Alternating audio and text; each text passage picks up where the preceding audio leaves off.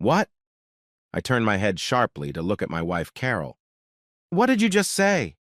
I asked, not believing what I had just heard.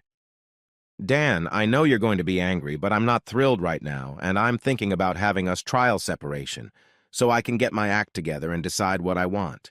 Carol told me as I stood on the veranda grilling steaks. My friend Karen has a spare room, and she said I could stay with her for the time being. When were you going to tell me, Carol, or were you just going to leave me a note on my pillow tonight? I said a little louder than I probably should have. Don't raise your voice, Dan. I don't want Andy to hear what we're talking about, she said. Andy, our 6-year-old son.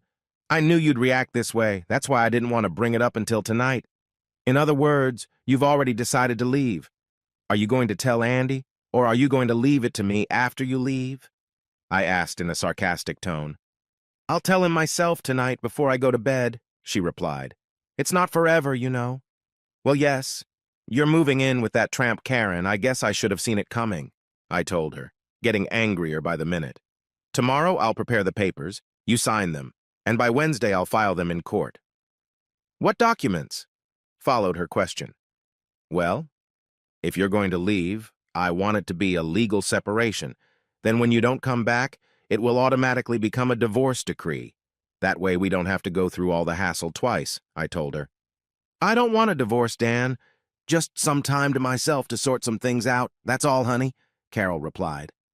Bullshit, Carol, I spat back. I've been asking you to talk to me for the last 4 months, but you've been too busy with Karen and your new friends to carve out the time. Now you want to move in with your new friend Karen to do what you've probably wanted to do for the last 6 months, I was now yelling. But you won't do that with my blessing, and I'm certainly not going to stand by and become a cuckold because of you or anyone else, I said, slamming the lid of the grill shut. Things weren't going at all the way Carol had expected. She knew Dan would be angry, but she thought she could convince him that this would be an experience for both of them. But now, it was blowing up in her face. Dan, please, was all Carol could squeeze out before he raced away in anger, leaving her to watch the grill. Taking the steaks off the grill and putting them on a plate, she went to look for him. She found Dan upstairs in their bedroom. He was literally tossing all of her clothes and everything else and carrying them to the spare bedroom. Take your shit and get the hell out, I don't care anymore, I yelled at her. I'll send the paperwork to your office, sign it, and get it back to Keith, the lawyer I've been dealing with for the last 6 years. Don't worry, I'll take Andy to dinner so he doesn't have to watch his mother abandon him, I said, grabbing my coat and my son before heading to my car. Karen, this is Carol, she began. Dan took it badly, really badly, and is threatening me with divorce, Carol said, tears welling up in her eyes. I told you he wouldn't be happy, but he'll come around soon, so don't worry, Karen told her over the phone. Heck, in a couple weeks he'll be begging you to come back, and then you'll have him right where you want him. I hope you're right, Karen, because right now he's ready to throw me out the door and start the divorce papers, she said hesitantly. I need some rest, but I don't want to break up my marriage at all, Carol said.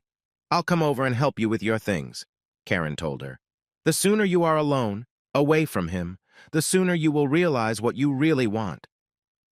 Having said that, Karen drove up, helped Carol pack most of her things, and they were out of the house before Dan and Andy returned. I had seen this coming a long time ago. Carol and I were both accountants, and had met 8 years ago when we were both auditing the same troubled company. We each represented a separate bank that had a controlling interest in the bankrupt company. We worked together and ended up having lunch and dinner with each other almost every night. It took us a full week to finish our background checks, and by then we discovered that we really liked each other. Carol was about 5 feet 6 inches tall, with brown hair and weighed about 175 pounds. She had a pretty face, but was a little stocky. I was about 5 feet 8 inches tall, about 195, and at 22 I already had a spare tire around my waist from eating fast food every day. We were made for each other. 4 months later, we were married, and 8 months later, Carol discovered she was pregnant. Carol had a difficult pregnancy, being bedridden for the last 5 months and gaining a ton of weight. By the time she gave birth to Andy, she had bloated to almost 250 pounds. I, however, never said a word. I loved her regardless of her weight. We were a happy family until Carol overheard 2 of her co-workers talking about her. "She's such a beautiful woman," said one girl to the other. "It's a pity she's as big as a house. I wonder if her clothes are custom made from Omar's clothing store, the tent maker," she asked, laughing loudly. They may have found it funny, but Carol did not. Carol was crying in the bathroom when Karen walked in. "Are you all right, Carol?" she asked. "Everyone thinks I'm a fat pig," she said, crying. "If they only knew how hard it is for me to lose weight, they wouldn't be so mean," she sobbed. "Look, girl, all you need to do is go on a good diet and join a gym," Karen told her. "You're a beautiful girl hiding under all that flabbiness, that's all. You just need to make a decision and do it." And Carol did. I kept the books for a local gym and got a lucrative membership, so we joined a workout the following week. The gym had a kids' room, so we could take Andy with us after work when we both went. Carol was an obsessive woman and worked out 6 days a week, while I could only manage 3 a week. Then, Carol went to the doctor and got a prescription for weight loss pills. I didn't like it, but Carol was on a mission to lose weight. 8 months later, Carol had lost 125 pounds and looked fantastic. She had bought a whole new closet, and everyone, including the men at her job, said she looked great. That's when the trouble started. We were at a Christmas party in Carol's company when the shit hit the fan. Carol wore a dress that was more than a little revealing, and she was attacked all night by her male co-workers. She was over the moon at the attention she was getting. When a group of guys caught her under the mistletoe, she must have kissed a dozen before I came over and put a stop to it. Carol probably had too much to drink and didn't even notice that the guys' hands were on her while they were kissing. I took Carol's hand and told her it was time for us to leave. She didn't want to leave right away and made a little scene. "Carol, I'm leaving right now, with or without you," I finally told her. She softened, but I could tell she was furious. On the way home, we had a big fight. "Carol, you acted like some cheap tramp today. I, like everyone else, saw those guys wrapping their arms around you and you did nothing to stop them," I yelled. "It was just innocent fun. Nothing special," she replied. "Not from where I was standing," I replied. "How would you like it if I kissed and grabbed some girl?" I asked, even though I knew she was too drunk to listen to reason. That night, Carol felt sick. Luckily, she had time to take off her new dress before she threw the cookies away. The next morning, she looked terrible and apologized to me, saying it would never happen again, but it did. I just wasn't around for the next time. Carol started stopping after work, on Wednesdays, for a bachelorette party. There were 7 girls, some married, some not, who stopped for a couple drinks at Tony's after work. It started out with her having to be home by 6:30, but that soon stretched to 7:30, and finally to almost 9 o'clock in the evening. When Carol got home, Andy was already in bed, and I was not in the best of moods. When we first got married, we fucked like teenagers and couldn't get enough of each other. Now it seemed that if we did it once a week, it would be considered frequent. One thing was for sure. When Carol came home Wednesday night, she was ready to run at a trot, and tonight was no exception. Neither of us had what you would call much sexual experience when we first got married, and we were a little wary of trying new things from the beginning. We learned from each other what each of us liked, and through a few X-rated moves, we added many things to our repertoire.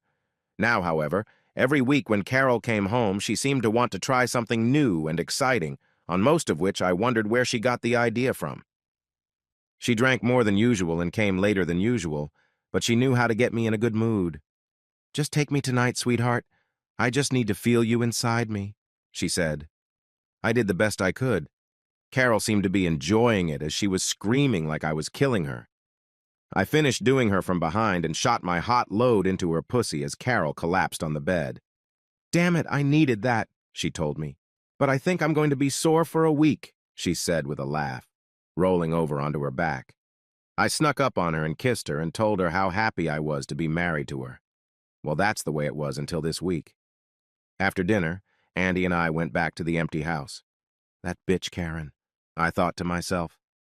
Ever since Carol lost the weight, Karen has been up to something with her all the time. No wonder her husband left her. She was just a whore, and now she's turning my wife into one too. I tucked Andy in and read him a story before bed. When he asked about his mother, I just told him that Mom was visiting and would be home in a couple days. But I didn't believe it for a minute. I walked down the stairs and called my mom and brought her up to speed. Mom, can you watch Andy during the day until I find someone permanent? I asked. Honey, Carol will recover and be back by the end of the week, you know her. She can't be away from Andy for more than a few hours before she goes crazy, Mom told me.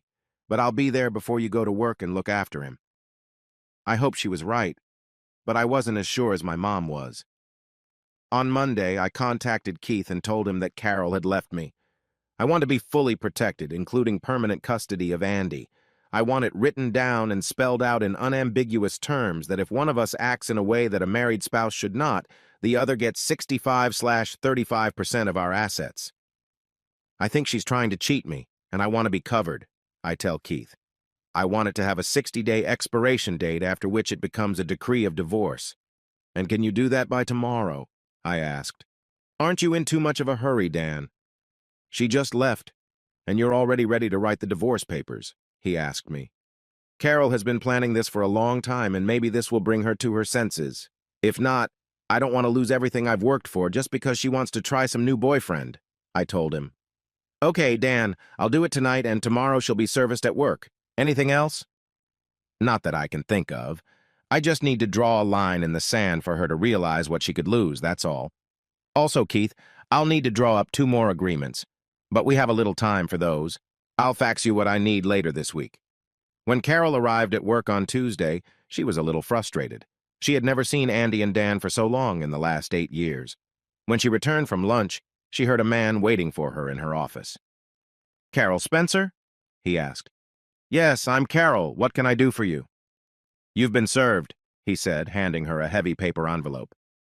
Carol spent the next half hour discussing all the terms and division of property described in the separation decree, although it looked more like actual divorce papers.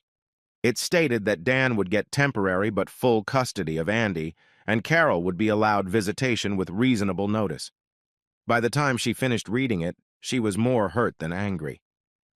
I've been gone for 2 days, and Dan has already written off our marriage, she said to herself. She tried to call Dan, but his secretary said he would be out all day, and his cell phone switched to voicemail. At that moment, Dan was home, changing locks, dealing with the division of their finances, and crossing Carol's name off his insurance and 401k. By 4 o'clock, I was done with all my chores and turned on my cell phone. Shit, I said to myself. 12 messages from Carol. I deleted them all. I had dinner with Andy at my mother's house and told her what I had done. Carol is mad as hell, Dan. I'd be pissed if I were in her shoes. Mom, I replied, I can't fix this marriage alone, especially since she won't listen to reason, so I've upped the ante. She started this mess on her own, but I swear to God I'll end it if I find out she's cheating on me. I used to trust her, but now I wouldn't believe a word she says. So right now I'm protecting my son and myself. If we get back together, it will be great. If not, I'll hold all the cards. Son, I've never seen this side of you. Remind me to never get on your bad side, Mom said with a laugh. Carol stopped in front of her house and tried to use the key. What the hell? She said to herself before she noticed it was a new lock. Damn it. She picked up her cell phone and dialed Dan's number again just before it went to voicemail, so she left him another message. Now it's done properly, I thought as I looked at my checklist. Now all I have to do is wait. Wednesday morning, Carol was in Dan's office. My credit cards aren't working, and when I stopped by on my way to work to pick up a prescription, I was told I no longer have insurance. Just covering my bases, Carol. Remember, you left me. I'm paying for all the house and Andy's expenses, but you're going to have to take care of yourself from now on, so you and I won't have any financial problems to argue about. Dan, you let this get completely out of hand, Carol shouted. I just needed some alone time, that's all. Leaning over the table, I said in my most serious and nonchalant tone, Carol, do you see the word stupid tattooed on my forehead?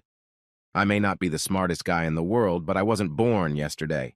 Karen has your head so turned that you can't seem to find your ass with both hands. You think you can go out and act like you're single again without any repercussions. Think again.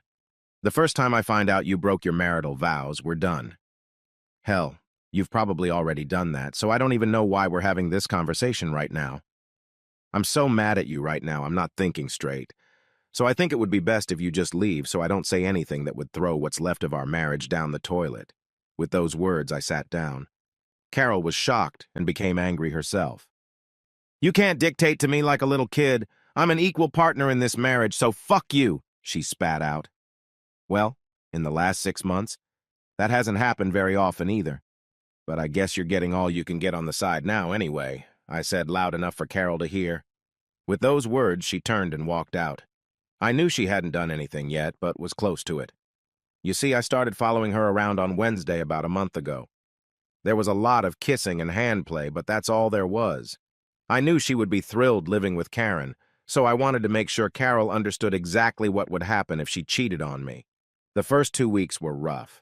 Carol made it a rule to visit Andy, but never spoke more than 2 words to me. I still kept an eye on her, but nothing new happened. She was still seeing Karen and her friends, but not just on Wednesdays, but at least 4 nights a week. "Looks like someone is trying to catch up," I said to myself as I looked at the report. However, I had found a nanny of sorts to take care of Andy, a girl fresh out of college who couldn't find a job. Beth was a 23-year-old blonde, about 5 feet 9 inches tall, skinny build. She had gotten her degree but could only find part-time work, so when she saw my ad for a nanny, she jumped at the chance. Beth came from a large family and knew how to care for little boys. She had 2 younger brothers. So we came to an agreement on pay and hours, and she moved in the next day. Beth worked as a waitress at the family's mid-priced restaurant on Mondays, Wednesdays, and Saturdays. On other nights, we all ate together. After a few weeks, Andy became very casual with Beth, especially when she read to him before bedtime. "Beth, I really appreciate you going the extra mile with Andy. Now that his mom isn't with him, he needs all the stability in life that I can give him," I said with the best smile I could muster. "I know about you and your wife. Your mother has filled me in on all the details in case Carol comes and tries to grab him," Beth told me. "I just can't believe she'd just leave you like that. I've only known you a short time, but you're one of the most caring men I've ever met, and I can see that you love Andy to death." I guess Carol got confused about what really matters and let others convince her that the grass is greener on the other side of the fence, I replied. "Well, either way, it will be over in 40 days, and it can't come too soon for me. I didn't realize that there would be a major shift in my life, and that shit would hit the fan in less than a week. You see, I'm a silent partner in the accounting firm I work for. I've brought in so much new business in the last 2 years that the owners have made me a 15% partner. I asked to keep it confidential because I didn't want to be known as one of the owners. That way I could find out what the employees really thought of the company and how it was run. My last accomplishment was meeting an overseas clothing manufacturer that had factories in 5 Asian countries. I met the owners at a party about a year ago and shared some of my ideas with them. They were so impressed that we met the following week to talk about our firm taking them on. "Dan, I like the way your firm works. You seem to go outside the norm and bring a personal touch to everything you do," one of the prospective owners told him. "Each plant now operates independently, so I need someone to set up the same system at each plant so we can manage them all from one overseas office." They were unhappy that I wouldn't be handling the overseas operation myself, but I convinced them that I would monitor everything myself so that there would be no slip-ups. With the contract signed and a handshake, the party began. We had been working on this case for 9 months now, and I was anxious to get home to Carol with the good news. I would have loved to take her to the best restaurant, bring her home, and rape her body. But when I got home, the house was as empty as its heart. Beth and Andy came in 20 minutes later with Chinese takeout. I was cracking at the seams and needed to tell someone my wonderful news, so I told Beth. "Forget about dinner. Tonight we're all going out to celebrate," I told her. "Wear your best dress because we're going out in style." My bosses made reservations at the best restaurant in town for 8 o'clock and sent a limo to pick us up at 7:30, so we had to hurry. I shaved, showered, and got dressed. I told Beth I would get Andy ready so she would have more time. By 7:15, Andy and I were dressed and ready to go, and then I saw Beth coming down the stairs. "I hope you don't mind. I didn't have anything unusual, so I found one of your wife's dresses that fit me," she explained to me. She was right. It fit her like a silk glove, but it was a bit short as she was much taller than Carol. "Do you think it looks okay?" "You look great, Beth," I said with my mouth wide open as the bell rang. The 3 of us were seated in the back seat of the limo just as Carol drove down our street. What the hell? was all she could say when she saw them all climb into the limo. I wonder what's going on, she thought, turning the car around to follow them. She then watched as they got out of the limo and entered the restaurant. This bastard, he's taking them to the best place in town, and when I wanted to go earlier, he said we couldn't afford it, she blurted out. And who the hell was that girl in my dress? We all had a wonderful night. I was the guest of honor, and we had plenty to eat and drink. It was Beth who told me it was time to leave, as Andy was tired because it was way past his bedtime. You're right. We better get going, or we'll never wake him up in the morning for school. I thanked everyone for dinner, but as they shook my hand, they looked past me at Beth, and not just the men. Beth looked very attractive tonight, and all the women looked at her with envy. They'd all heard the story about Carol leaving to find herself, and Dan seemed to be wasting no time replacing her. They chuckled to themselves. We drove home in silence because Andy fell asleep as soon as we got into the limo. I carried him upstairs, undressed him, and put him to bed, kissing him on the forehead goodnight. I went downstairs, still in my tuxedo, and saw Beth enjoying a glass of wine at the kitchen table. I want to thank you for tonight. You didn't have to take me with you, she told me with a smile. How could I leave you here alone tonight? And besides, I'm really enjoying your company, Beth, I said, as I poured myself a glass of wine.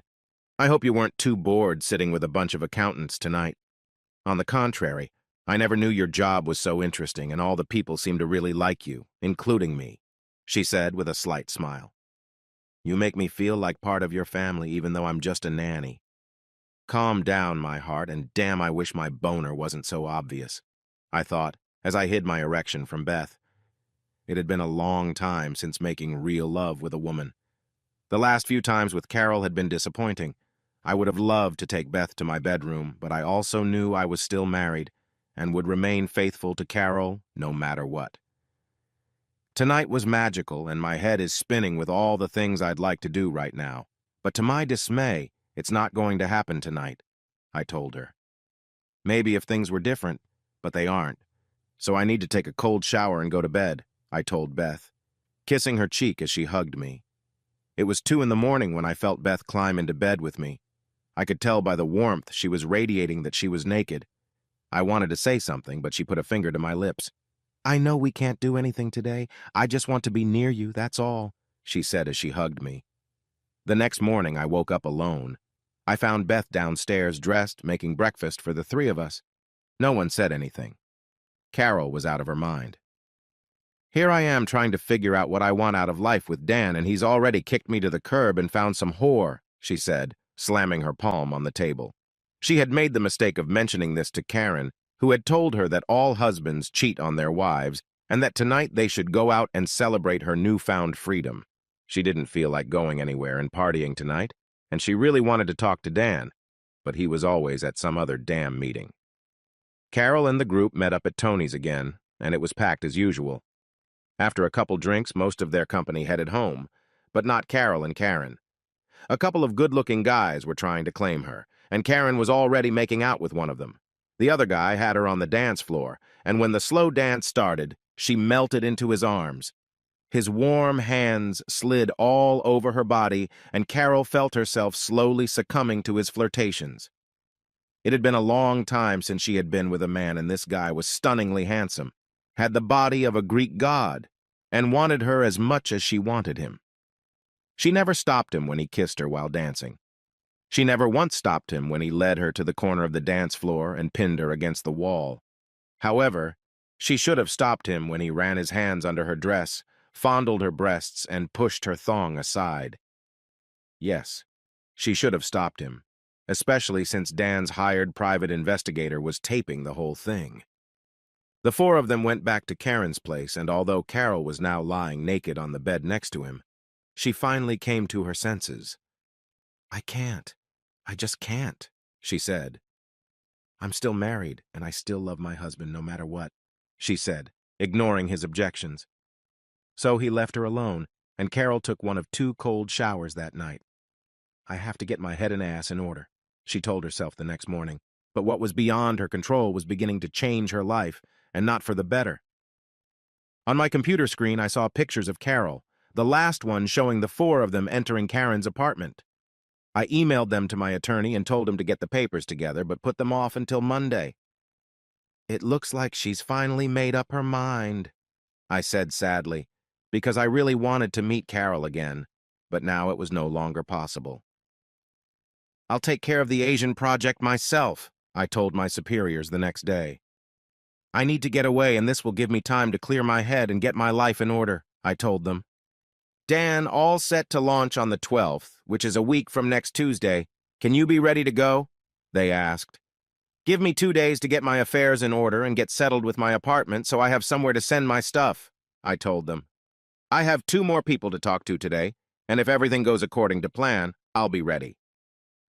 That same day, I assigned my staff to take care of all my unfinished projects. I sketched out the paperwork to give my mom power of attorney and told Keith to file the paperwork for Carol the following Monday. I'd be safe in the air while she was being served, I said sadly. I went home that evening, to a house that would not be mine when I returned from across the ocean, and I was very sad. Carol and I had chosen it together, and there were so many good memories associated with it, and now they would all be gone. I was being unaccustomedly quiet at dinner, and Beth thought she was the one who had done something wrong. No, I just have a lot on my mind, and we'll talk after Andy goes to bed, I told her. By 10 o'clock there was silence in the house, and we were both staring at each other. Beth spoke first. What's the matter, Dan? If it's about that night, I'm sorry, and it won't happen again, I promise, she told me. Beth, it's not about that. Remember that party the company threw me a couple weeks ago? Well, I've decided to do some overseas work myself, and Andy and I will be leaving early Monday morning, I told her. And I have an important question for you, I began, seeing Beth start to cry. Do you want to come with us? She turned from crying eyes to a smile. Damn, yes, she said, throwing herself into my arms. Do you have a valid passport, Beth? I asked.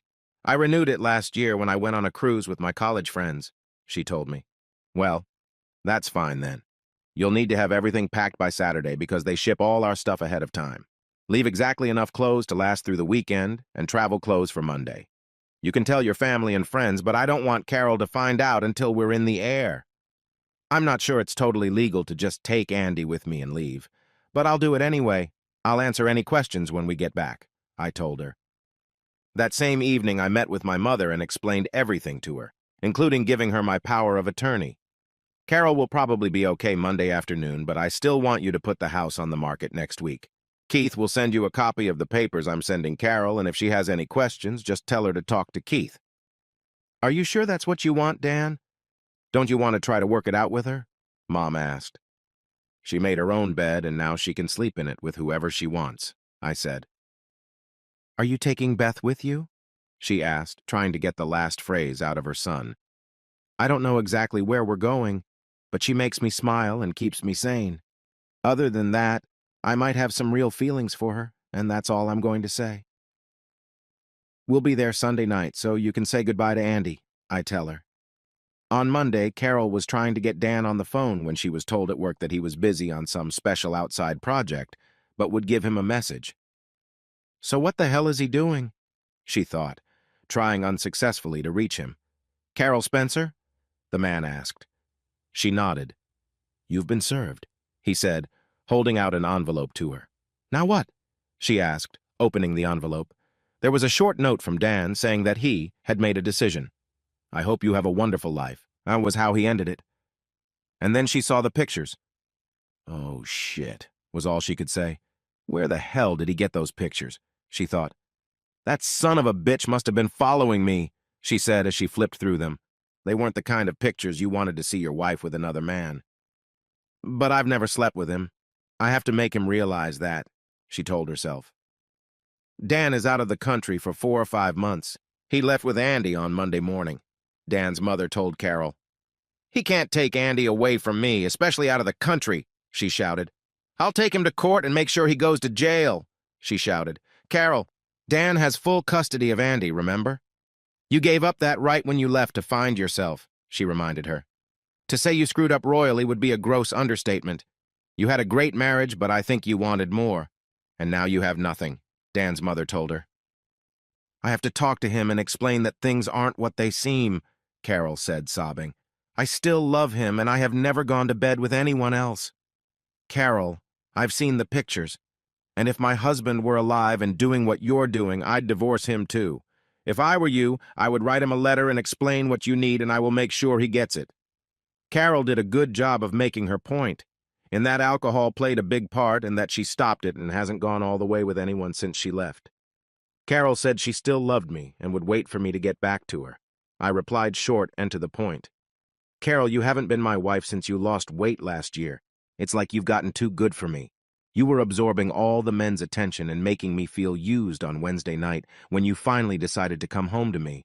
You were all hot and horny, and all you wanted was a good fuck, not to make love to your husband. So now you and Karen can sleep with whoever you want. I told you that Karen would eventually break us up, but you knew that wasn't true. Andy, Beth, and I are building a new life based on love and trust. You can see Andy anytime you want. Just get your computer's camera modem and I'll set it up. Sign the papers because Mom's putting the house on the market this week. There's no chance we'll ever get back together, so don't expect me to change my mind. I hope you finally got what you were looking for, Carol, and are happy, although I never wanted that to happen. Carol knew Dan was right. She was a stupid idiot for listening to all her good friends who knew what they were talking about. That's probably why they all got divorced. She was going to fight until she got Dan's letter and finally signed the papers. The irony was that 6 months later, Carol was back to the 175 pounds she had started with 2 years earlier, but no longer had Dan. I was happy. The job was a bit hard because of the language barrier, but I got through it. Andy picked up a word here and there and managed to communicate with all the guys he played with. Beth took care of Andy and set up routines for our free time, places to see what to do, as she put it.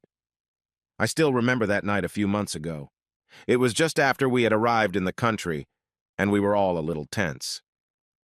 Andy was struggling with going to bed, my program wasn't going as smoothly as it should have, and Beth was feeling a little overworked. She walked into the office and kissed the back of my head, which brought a smile to my face. She leaned over and took my hand and led me into the bedroom where one candle stood on each side of the bed. We undressed and got into bed. Let's just say that heaven and earth came together that night. We had tender love sex for the first time. For the next few months, we did whatever the other wanted, as long as it didn't involve pain. We were more than happy. 5 months later, my mom met us at the airport. She was happy to see us all, especially Andy. On the way home, she glanced every now and then at Beth, who seemed pleased. "How far have you gotten?" she asked. Beth stepped back a little. 3 months. How do you know? I hardly show my face," she replied. "You both look too happy, like the cat that ate the canary," she told us. 2 weeks later, we were married, and 6 months later, Rhonda was born. When Beth said she wanted to go to the gym to get rid of the extra weight from childbirth, I looked like I'd seen a ghost. 2 days later, I informed her that I had hired her a personal trainer and that she would be doing all the workouts. No point in going through all this crap a second time, I thought to myself.